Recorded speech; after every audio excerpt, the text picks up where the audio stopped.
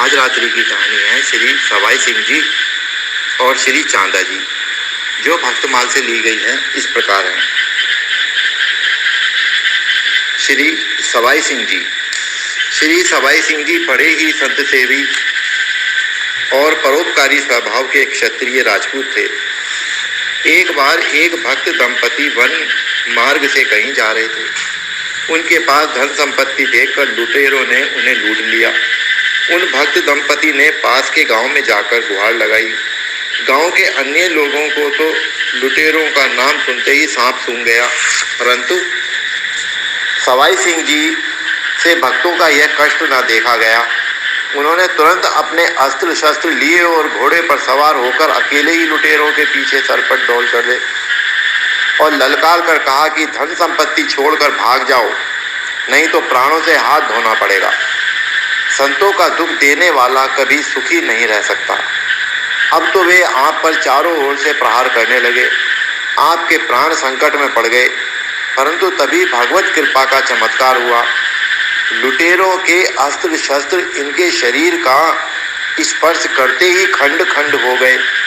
लुटेरों को यह देखकर लगा कि हमने किसी भक्त को लूट लिया है, इसलिए हम पर भगवान का ही कोप हो गया है। तब वे लोग आपसे रक्षा की प्रार्थना करते हुए शरणागत हो गए। उन लुटेरों ने केवल सारा धन वापस कर दिया, बल्कि लूट डकैती का काम भी छोड़ दिया और सभी भगवत भक्त हो गए। इसी में दूसरी कहानी है श्री चांदा जी की।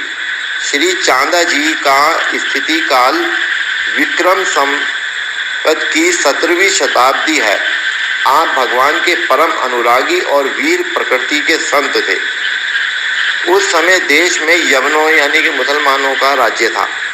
वे लोग हिंदुओं को पद दलित करने के लिए उनके आस्था केंद्र मठ मंदिरों को नष्ट कर देते थे। एक बार यवन सेना मठ मंदिरों को ध्वस्त करती हुई बढ़ रही थी। उसने चंद्रसेन पर आक्रमण कर दिया। तब आपने धर्म रक्षार्थ बहुत से वीरों को एकत्र किया और बड़ी वीरता के साथ यवनों से युद्ध किया। आपके प्रबल प्रहारों से यवन सेना के पैर उखड़ गए और वह परास्त होकर तितर बितर हो गई। इसके बाद आपने जोधपुर के किले में गढ़ में प्रवेश कर उसे सुरक्षित किया। बैसाख कृष्ण पक्ष 10वीं संवत 1621 विक्रमी की बात है। रामपोल से निकलते हुए आपको यवन सेना ने घेर लिया और चारों ओर से अस्त्र शस्त्रों के प्रहार होने लगे। आपने अपने इष्ट देव का स्मरण कर ऐसा युद्ध किया कि एक भी यवन जीवित ना बचा। इस प्रकार चांदा जी शास्त्र और शस्त्र दोनों में धर्म रक्षा करने वाले वीर व्रती भक्त थे। ओम जय सद्गुरुदेव, जय पश्चात।